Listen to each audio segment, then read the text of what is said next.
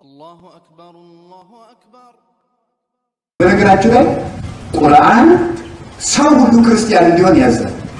እውነቴን ማምራትን ገልጤ አሁንም ይህ የሚያሳየው ስለ እስልምና ሃይማኖት ምንም እውቀት የሌለው ምስኪንና አላዋቂ እንደሆነ ነው። እንኳን ክርስቲያኖች ሁኑ ሊል ይቅርና ቁርአን የክርስቲያኖችን ቴዎሎጂ ወይም ስነ መለኮታዊ አስተምህሮትና ዶክትሪኖች በተከታታይ ሲተች፣ እንዲሁም በእነዚህ ዶክትሪኖች ደግሞ የሚያምን ኢአማንያን ወይም ደግሞ እምነት የሌላቸው ከሃዲዎች እያለ ይገልጻቸዋል። ታዲያ እንዴት ነው ሰዎችን ክርስቲያን እንዲሆኑ ያስተምራል የሚለን ማለት ነው። ምዕራፍ 4 አንቀጽ 171 ስንመለከት እናንተ የመጽሐፉ ሰዎች ሆይ ክርስቲያንና አይሁዶች ማለት ነው በሃይማኖታችሁ ወሰንን አትለፉ፣ በአላህም ላይ እውነትን እንጂ አትናገሩ። የመርያም ልጅ አልመሲህ ኢሳ የአላህ መልእክተኛ ወደ ማርያም የጣላት የሁን ቃሉም ከእርሱም የሆነች መንፈስ ብቻ ነው። በአላህና በመልእክተኞች እመኑ።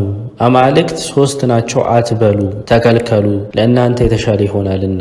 አላህ አንድ ብቻ አምላክ ነው፣ ለእርሱም ልጅ ያለው ከመሆን የጠራ ነው። በሰማያትና በምድር ያሉ ሁሉ የእርሱ ነው፣ መመኪያም በአላህ በቃ ይለናል። እንዲሁም ምዕራፍ 5 አንቀጽ 17 ላይ እነዚያ አላህ እርሱ የመርያም ልጅ አልመሲህ ነው ያሉ በእርግጥ ካዱ።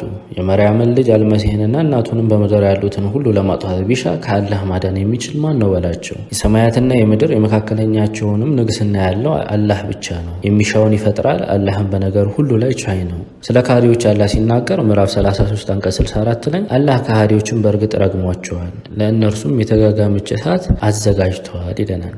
ስለዚህ ደግሞ አለው ታዲያ እንዴት ነው ሰዎች ክርስቲያን እንዲሆኑ ያስተምራል የሚለን ይህ ሰው? ቁርአን በግልጽ የነቢያቶች ሃይማኖት ከሆነው ከእስልምና ውጭ ሃይማኖትን የሚሻ በመጨረሻው ዓለም ከከሳሪዎች እንደሚሆን ይነግረናል።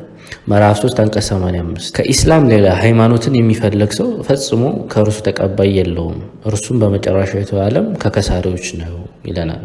እዚህ እንቀጥላለን። የሚቀጥለውን ቪዲዮ ተመልክተን እንመለስ።